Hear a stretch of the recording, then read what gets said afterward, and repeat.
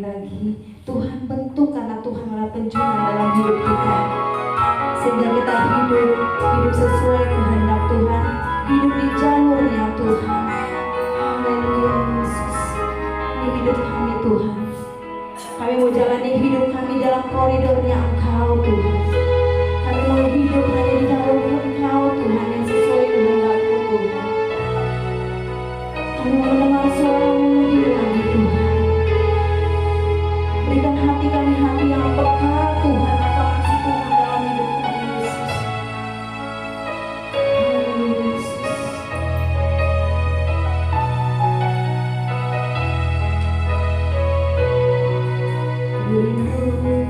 Selalu mendengar suara-Mu Tuhan. Roh Kudus beriku hati peka, agar ku pahami kehendak-Mu dan turuti rencana-Mu. Kita angkat pujian kembali Bapak Tuhan. Ku rindu selalu mendengar suara-Mu Tuhan. Roh Kudus beriku hati peka, agar ku pahami kehendak-Mu dan turuti rencana-Mu. Aku bagaikan air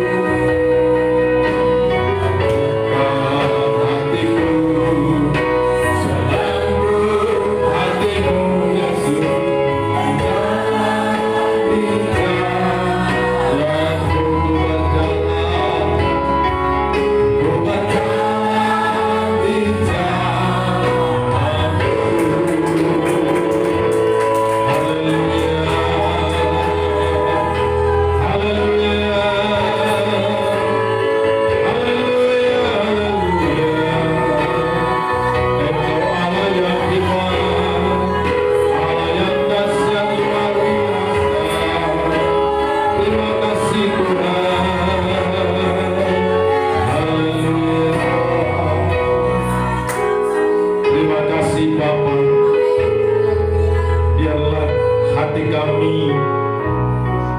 selembut hatinya Tuhan. Kami terus mempersiapkan hidup kami untuk Tuhan bentuk bagaikan tanah liat. Terima kasih Bapak saat ini. Jika kami masih Tuhan berikan kesempatan untuk berkumpul, kami percaya Allah terus memberkati kami. Tuhan mau pakai hidup kami menjadi alat dalam tangan-Mu. Karena itu kami buka hati kami mendengarkan kebenaran firman Tuhan. Urapi hamba-Mu Tuhan.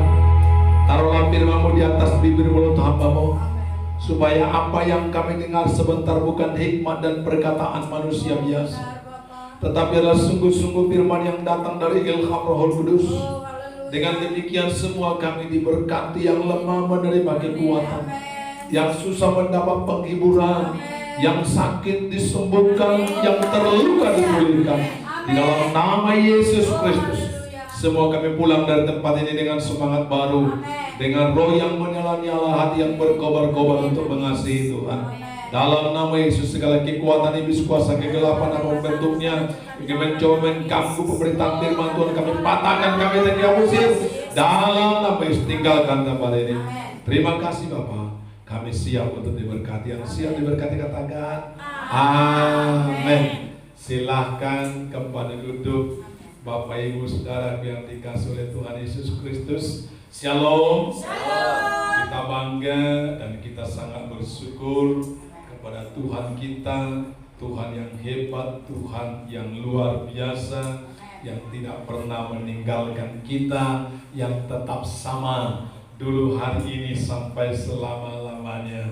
Saya melihat semua tetap wajah yang berseri-seri, ada sukacita dan wajah yang penuh dengan kemenangan, karena anak-anak Tuhan selalu mendapatkan dan menerima kemenangan dari Tuhan.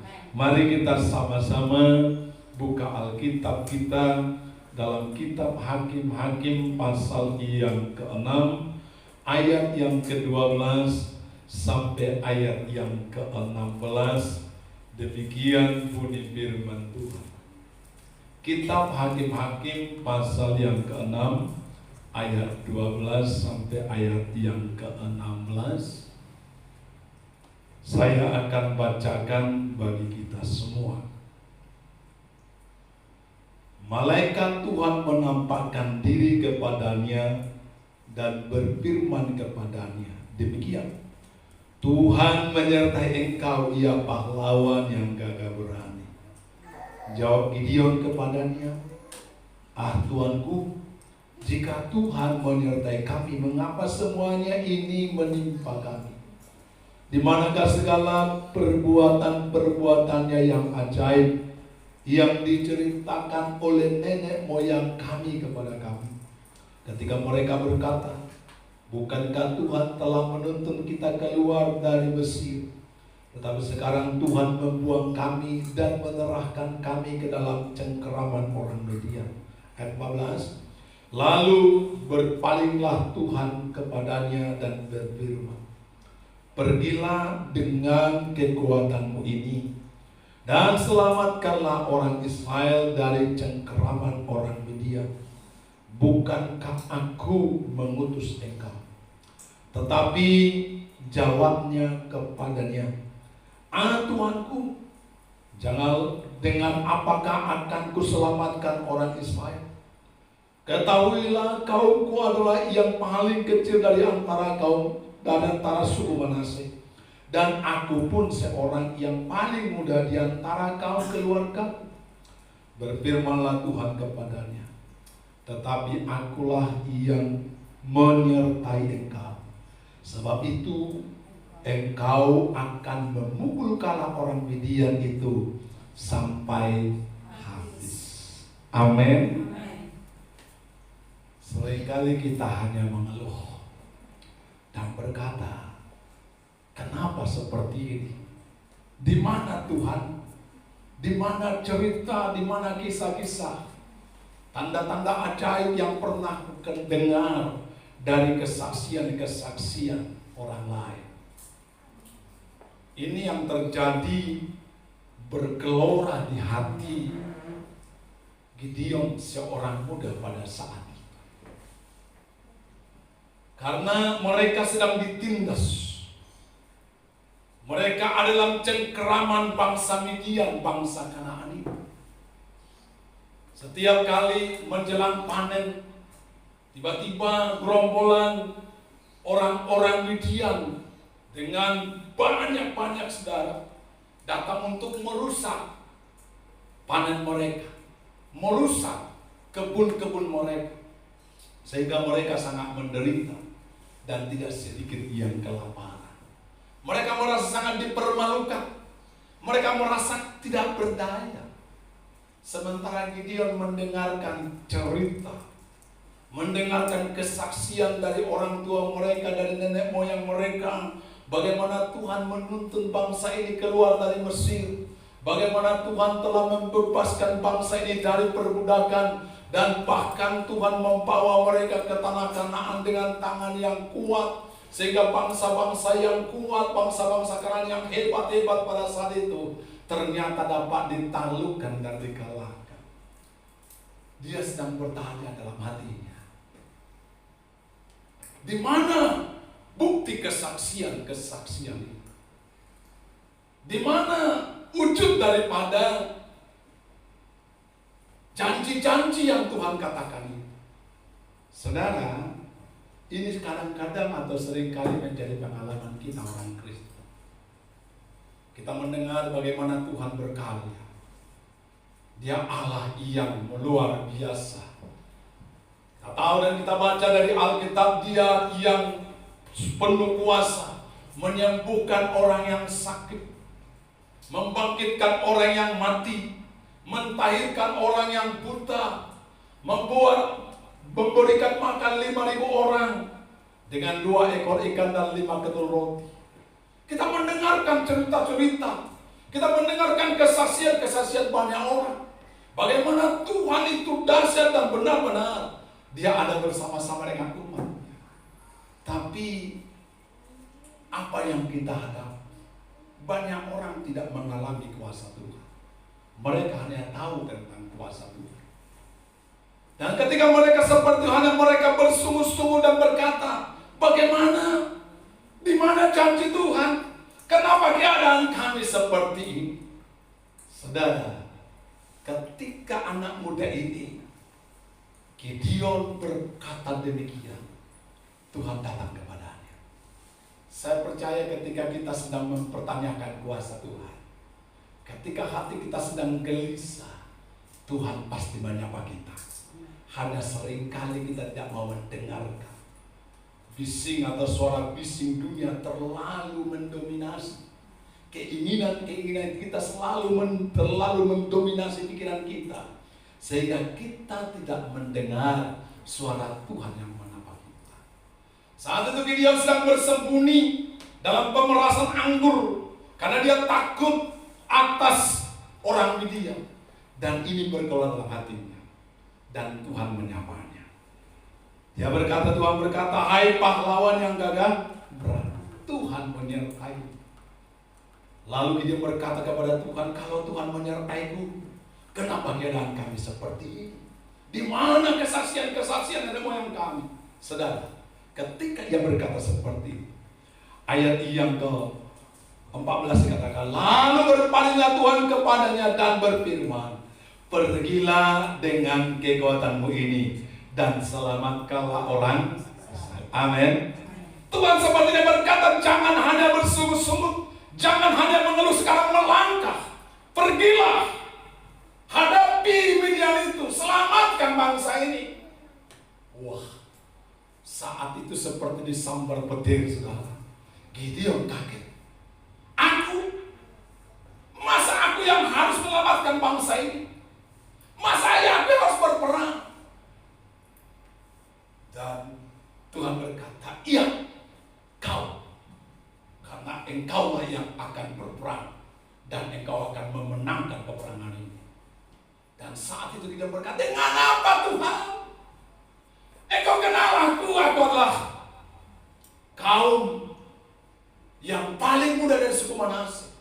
Dan aku juga yang paling muda dari kaumku, keluargaku. Apa dengan kekuatan apa aku dapat membebaskan bangsa Israel? Dengan kekuatan apa aku dapat keluar dari cengkeraman orang Midian, dari kesulitan, dari pergumulan yang kuhadapi saat ini? Saudara, sering kita berkata seperti itu. Bagaimana aku bisa keluar? Bagaimana aku bisa melewati masa-masa yang sulit? Bagaimana aku bisa mengubah keadaan ini menjadi baik? Saudara, Tuhan berkata, bukankah aku menyertai engkau? Amin. Tuhan yang mengatakan dengan metode ini, dengan cara yang tidak. Tuhan yang berkata, bukankah aku menyertai engkau? Titik. Karena kekuatan kita adalah Tuhan. Karena itu ketika Tuhan menyertai kita, berarti kita memiliki kekuatan yang tidak terbatas. Dan Dia berkata, karena aku menyertai engkau, maka engkau pasti menang dan akan mengalahkan orang Midian itu sampai habis. Haleluya. Percayalah, Tuhan selalu punya rancangan yang indah bagi kita. Tidak pernah Ia menuntun kita untuk tetap di padang gurun. Dia sedang membawa kita untuk masuk ke negeri Kanaan yang berlimpah-limpah susu dan madu. Percayalah, Tuhan tidak merancangkan keadaan yang mungkin saat ini sedang merasakan begitu buruk, begitu merasa tertekan, mengalami cengkeraman yang begitu membuat saudara merasa tidak bebas. Itu bukan tujuan Allah. Ketika saudara merasa tidak demikian atau merasa gelisah, merasa gundah gulana, ada sebuah gejolak dalam hatimu, dengarkan Tuhan, datang kepada Tuhan dan dengarkan Dia berbicara. Bangkit, kaulah yang harus maju untuk membebaskan peperangan ini. Kamu yang harus maju dengan kekuatanmu ini. Saudara, jangan pernah berpikir tidak ada kekuatan dalam diri saudara. Amin. Tuhan katakan dengan kekuatanmu ini. Bahkan ketika Tuhan menyapanya, hai pahlawan yang gagah,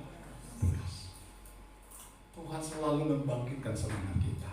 Amin. Dia tidak pernah melemahkan kita. Dia tidak pernah menganggap remeh saudara. Apapun kedudukanmu, apapun posisimu, Dia tidak pernah meremehkan saudara. Dia selalu menghargai saudara dan saya, dan tetap melihat bahwa dalam dirimu ada kekuatan yang luar biasa. Dan kepada setiap orang dikatakan, kamu adalah pahlawan yang gagah perkasa. Pergilah dengan kekuatanmu ini. Ada seringkali kita mengeluh dan berkata, bagaimana dengan apa? Saudara, saya mau katakan kepada kita, kehadiran Tuhan adalah kekuatan kita. Bukankah aku menyertai? Yang membedakan orang-orang percaya dengan orang-orang dunia adalah karena Tuhan ada bersama dengan kita. Bukan berarti kalau orang yang sudah setia kepada Tuhan, maka seluruh urusannya menjadi mulus dan berjalan dengan lancar. Bukan berarti kalau sudah setia kepada Tuhan, maka semua apa yang mereka inginkan, apa yang mereka rancangkan akan terlaksana dengan mudah. Tidak. Bukan yang membedakan orang yang percaya kepada Tuhan, maka harta kekayaan milik mereka berlimpah-limpah. Bukan itu. Tetapi yang membedakan kita dengan yang lain, Tuhan menyertai, dan penyertaan Tuhan inilah yang harus kita pastikan. Karena ketika Tuhan menyertai kita, kita memiliki kekuatan. Dan Tuhan berkata, kamu akan memukul kala musuhmu. Apa yang menjadi musuh saudara saat ini? Mungkin kemiskinan kah? Mungkin masalah rumah tangga kah? Apa yang menjadi musuh saudara saat ini? Mungkin berbagai persoalan yang begitu rumit, sepertinya tidak tahu bagaimana jalan keluarnya.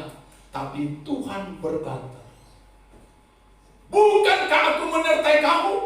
Kamu akan memukul kala semua musuhmu itu, menelan habis musuh. Amin. Anak-anak Tuhan pasti punya kesaksian. Dan itu yang Tuhan mau. Tuhan seringkali membawa kita dan membiarkan kita hidup di padang gurun. Supaya apa? Supaya kita berseru kepadanya. Dan di padang gurun Tuhan lakukan berbagai mujizat. Sehingga kita punya kesaksian. Kenapa? Karena kekuatan kita adalah Tuhan ada bersama. Jemaat yang mula-mula bukan orang-orang hebat, tapi orang-orang biasa. Bukan kaum bangsawan, bukan para pejabat. Baca Alkitab, mereka adalah orang-orang biasa yang dianggap tidak terpelajar, tidak memiliki pengaruh apa-apa, hanya mantan-mantan daripada nelayan sekarang. Tetapi ternyata sekarang mereka memiliki kekuatan yang luar biasa yang dapat mengubah dunia. Dan tidak lebih daripada 50 tahun, saudara, maka seluruh dunia yang dikenal saat itu dalam kerajaan Romawi sudah mengenal Yesus, sudah percaya kepada Yesus, dan kemudian satu abad kemudian maka agama Kristen menjadi agama kekaisaran. Kenapa bisa seperti itu? Jawabannya bukan karena kehebatan daripada murid-murid ini, tetapi Tuhan memberi garansi, aku menyertai kamu sampai pada kesudahan zaman. Di mana Injil ini diberitakan, maka di sana aku akan menyertai dan meneguhkan Injil dengan tanda-tanda dan mujizat-mujizat. Ini luar biasa. Ini yang harus kita tahu. Karena itu yang paling kita takutkan adalah jangan sampai Tuhan tidak ada bersama kita. Amin.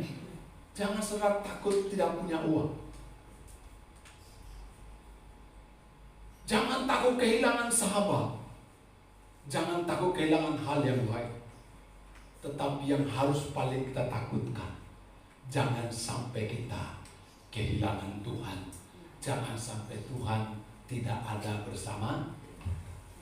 Sebab selama Tuhan ada bersama kita, Dia akan menyediakan dengan berbagai macam cara apa yang kita perlukan. Uangkah? Dia 1001 macam cara untuk membuka jalan sehingga uang akan Tuhan siapkan bagi kita. Itulah sebabnya Musa mengerti ini. Ketika Tuhan mengatakan, aku tidak menyertai kamu, aku akan kirimkan seorang malaikat untuk menuntun kamu. Tetapi Musa berkata, tidak Tuhan. Karena kekuatanku bukan pada malaikat. Kekuatanku ialah Tuhan. Sebab itu jangan izinkan dan menuduh kami pergi kalau engkau tidak ada bersama kami.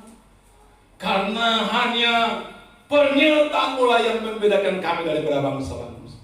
Keluaran 33 ayat 15-16 dikatakan begini. Keluaran 33 ayat 15-16.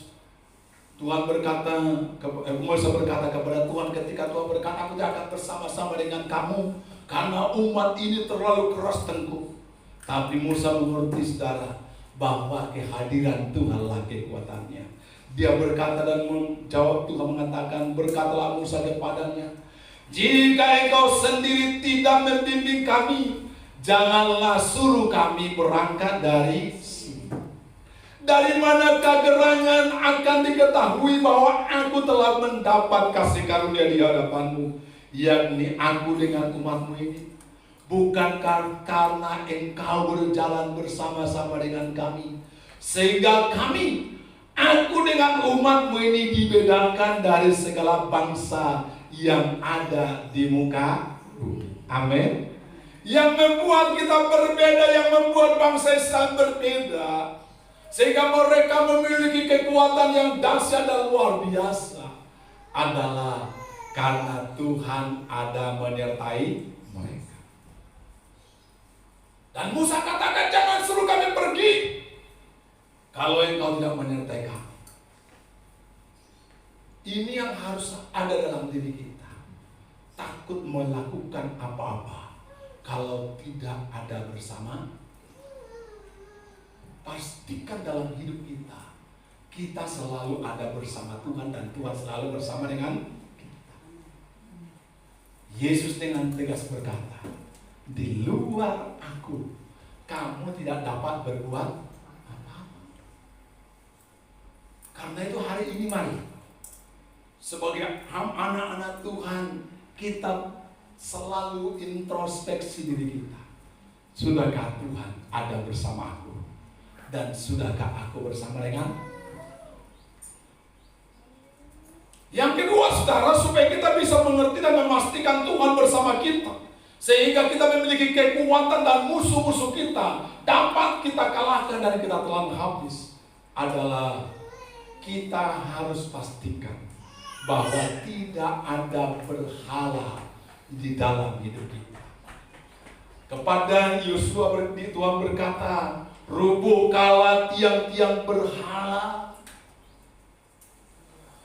Rubuhkanlah tiang-tiang berhala ayahmu yang ada di rumah ayahmu. Karena selama tiang berhala itu masih ada, maka aku tidak akan ada bersama dengan engkau. Dan malam itu Gideon akhirnya merubuhkan tiang berhala itu, membuat kayu bakar dan kemudian mendirikan mezbah begitu kan. Amin. Perhatikan saudara, selama masih ada tiang berhala itu, maka Tuhan enggan bersama dengan bangsa Israel. Apa itu berhala?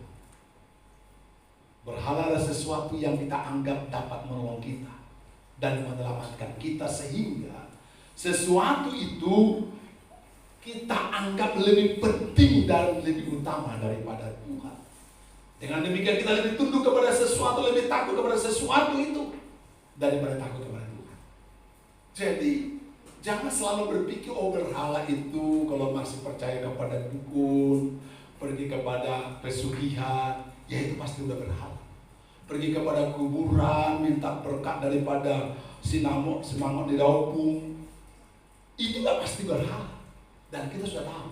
Tapi seringkali kita tidak menyadari masih ada berhala-berhala lain, yaitu sesuatu yang kita anggap sebagai sumber berkah, sesuatu yang kita anggap lebih utama, sesuatu yang kita anggap lebih penting daripada Tuhan, sehingga kita lebih takut kehilangan sesuatu itu daripada kehilangan Tuhan.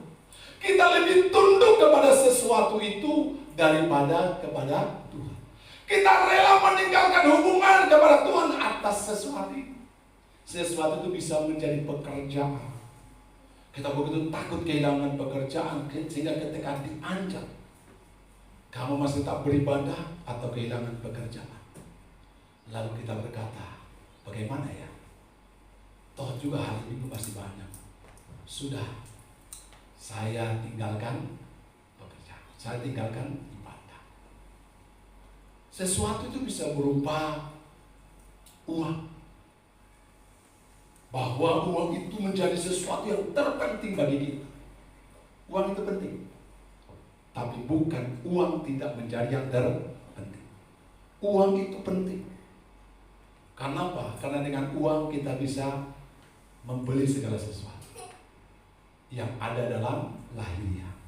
Tapi uang tidak dapat membeli tidur yang nyenyak. Uang bisa membeli tempat tidur yang empuk, tapi tidak dapat memberi tidur yang nyenyak. Uang dapat membeli makanan yang enak, tapi tidak dapat membeli makan yang enak. Makanannya boleh enak, tapi rasanya tidak enak.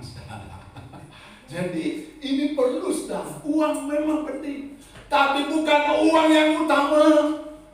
Sesuatu itu bisa berupa hubungan dengan orang lain, yang membuat Tuhan bisa cemburu ketika kita mengutamakan sesuatu daripada Tuhan.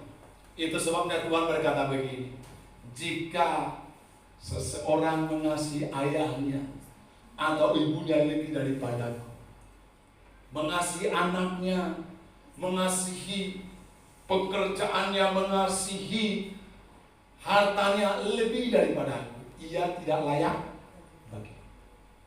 Semasih ada sesuatu yang lebih utama daripada Tuhan, maka Tuhan katakan, engkau tidak layak bagiku.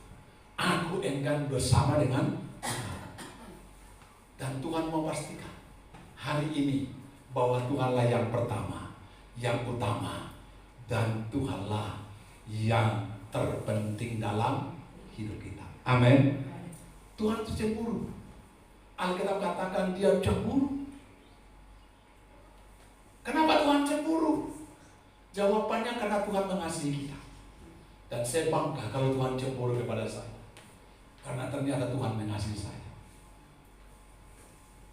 Alkitab katakan bahwa kita itu sangat penting di mata Tuhan. Kita sangat berharga di mata Tuhan. Dia sangat mengasihi kita. Karena begitu besar kasih Allah akan dunia ini, sehingga Ia telah mengaruniakan anaknya yang tunggal.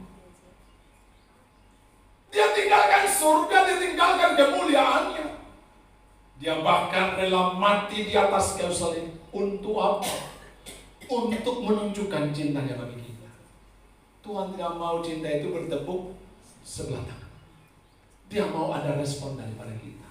Kalau Tuhan sudah mencintai kita demikian besar, kita pun juga harus menunjukkan bahwa kita mencintai Tuhan demikian luar biasa.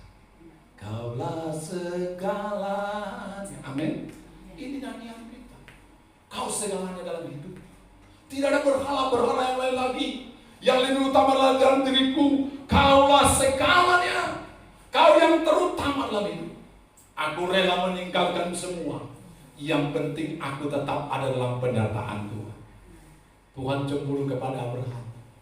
Karena Abraham saat itu begitu merasa bersuka cita dan begitu merasa menikmati hubungannya dengan Ishak. Sehingga mungkin pada saat itu hubungannya dan waktunya kepada Tuhan menjadi di nomor 2. Tuhan ingin tahu apakah Abraham masih mencintainya lebih daripada segalanya.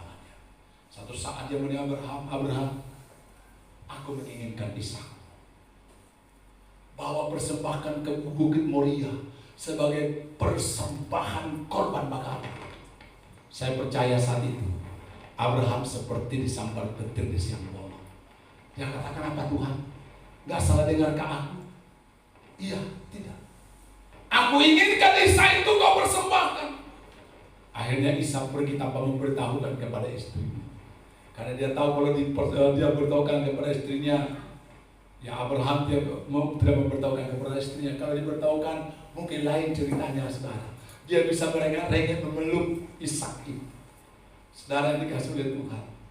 Tetapi kemudian Abraham naik. Tuhan, kaulah segalanya bagiku. Apa yang menghalangi hubunganku dengan Engkau, aku rela mengorbankannya. Kalau anggap Ishak ini lebih penting, kalau Ishak ini kau butuhkan, aku akan merelakannya. Dan dia ambil pedang, dia ambil pisau, dia menghunusnya dan hendak mempersembahkan Ishak. Tuhan katakan cukup.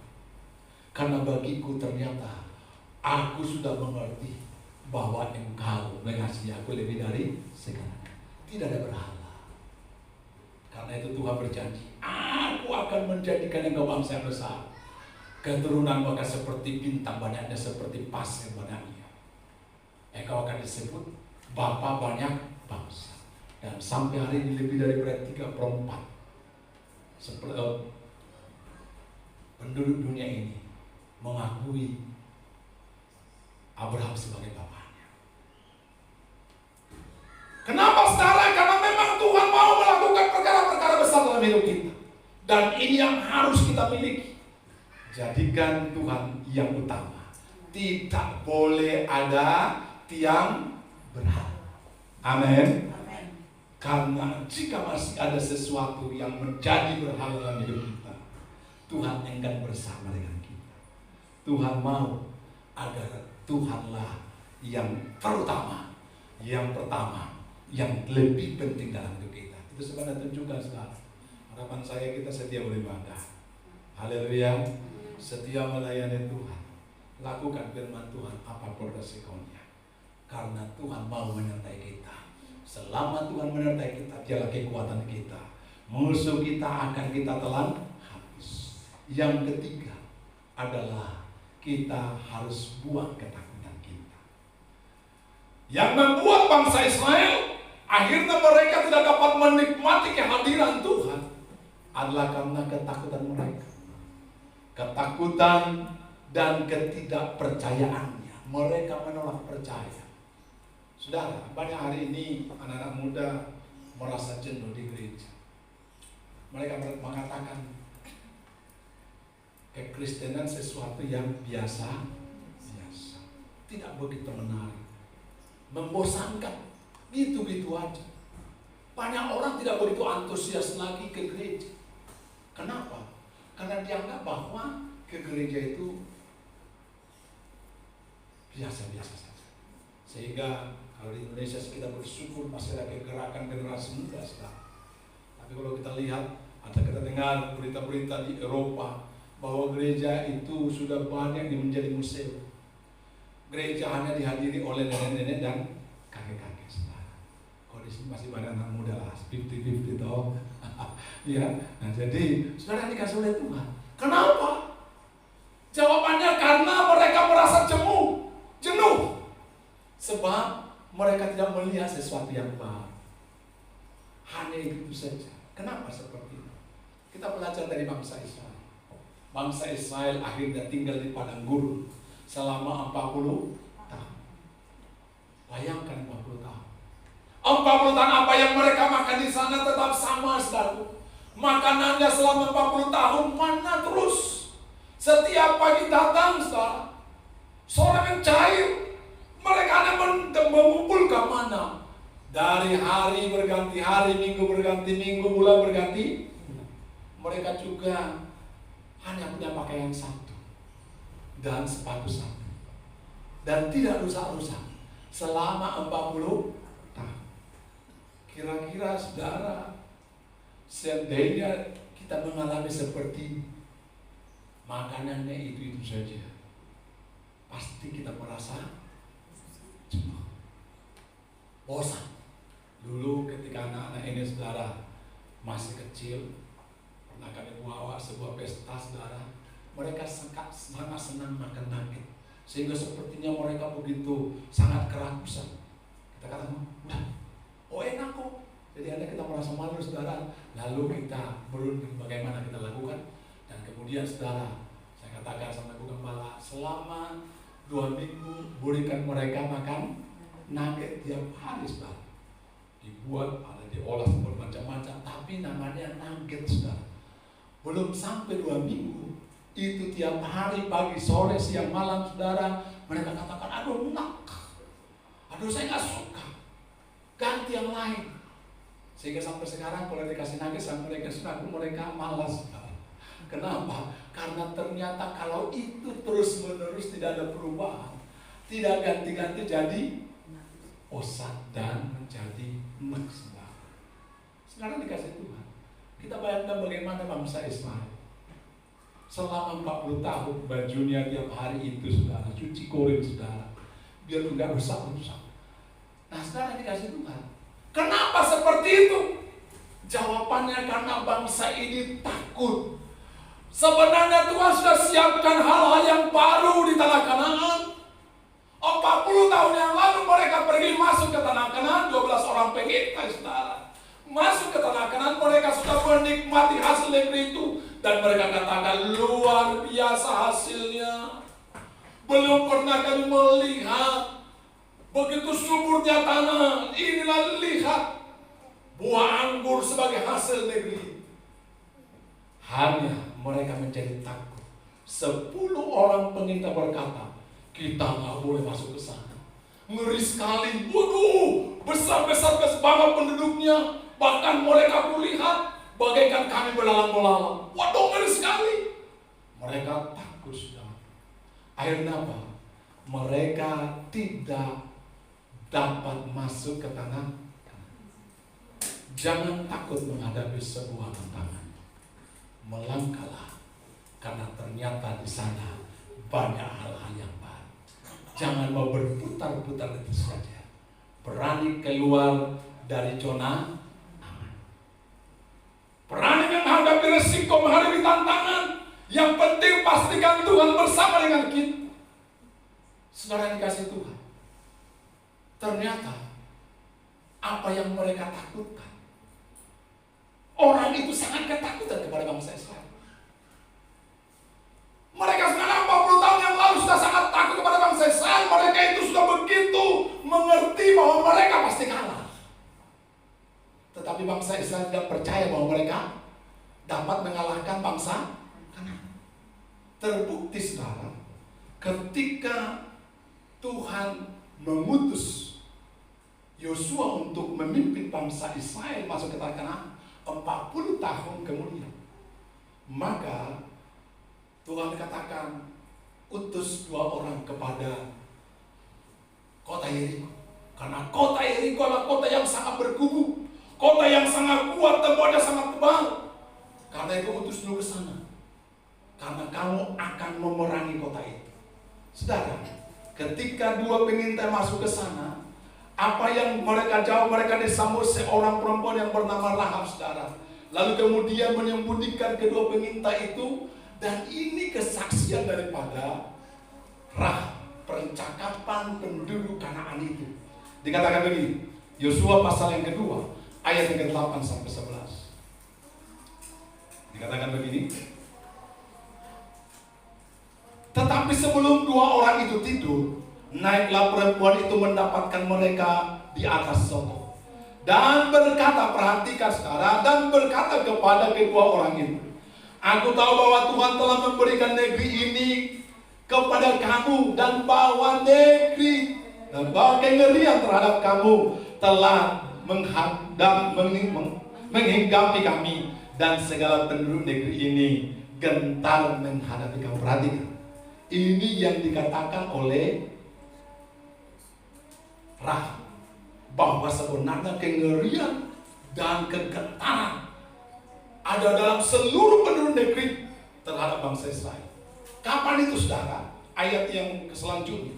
Sebab kami mendengar bahwa Tuhan telah mengeringkan laut Teberau di depan kamu ketika kamu berjalan keluar dari Mesir, dan apa yang kamu lakukan kepada kedua raja orang Amori yang di seberang sungai Yordan itu, yakni kepada Sihon dan Og yang telah kamu tumpas.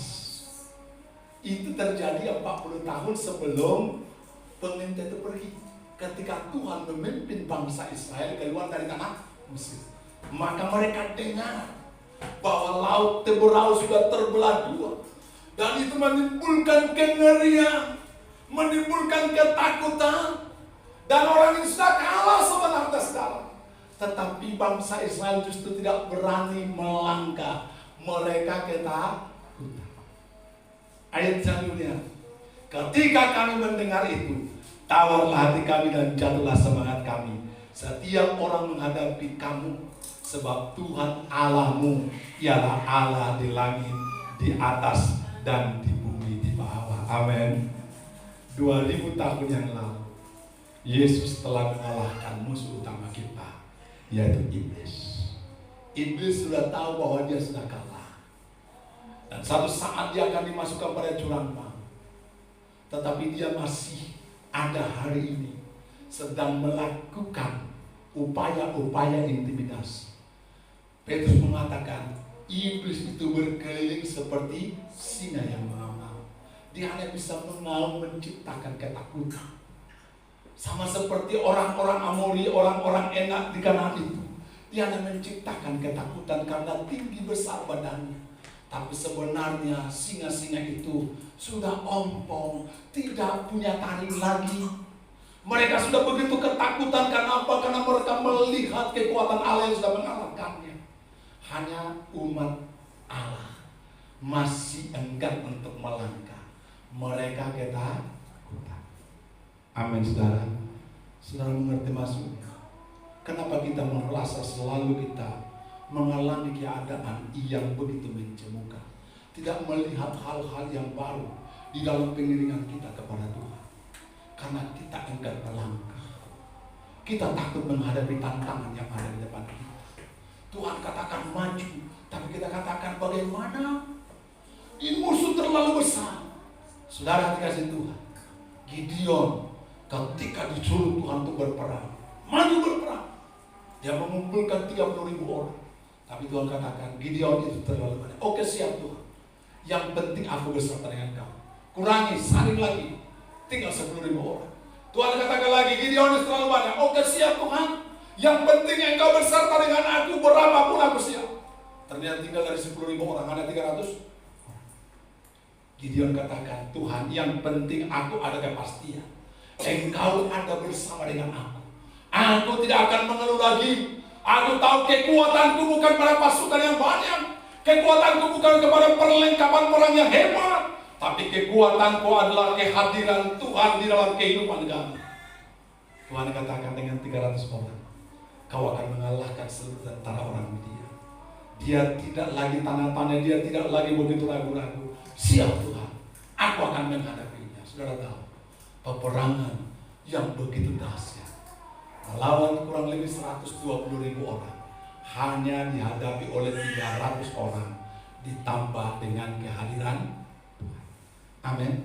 Hari ini jangan mengeluh dan berkata bagaimana mungkin. Jangan melihat betapa besar orang-orang Amori, orang-orang Kanaan. Hari ini kita berkata, yang penting Tuhan ada bersama dengan aku. Amin. Kalau Tuhan ada bersama dengan kita, Tuhan hadir sehingga kuasanya dinyatakan, maka sehebat apapun Midian-Midian yang mencengkeram itu, Tuhan yang berperang. Mungkin hari ini sedang dipangkas kekuatan kita seperti yang dialami oleh Gideon. Jangan takut. Membuat hidup kekristenan tidak begitu menarik. Karena apa? Karena orang-orang Kristen, anak-anak Tuhan, takut menghadapi tantangan. Mereka lari melihat masalah dan pergumulan, tetapi teruslah berjalan, melangkah, dan lihatlah Tuhan, Tuhan yang kita sembah, Tuhan yang kita muliakan adalah Tuhan yang memimpin kita dan membawa kita kepada kemenangan. Amin.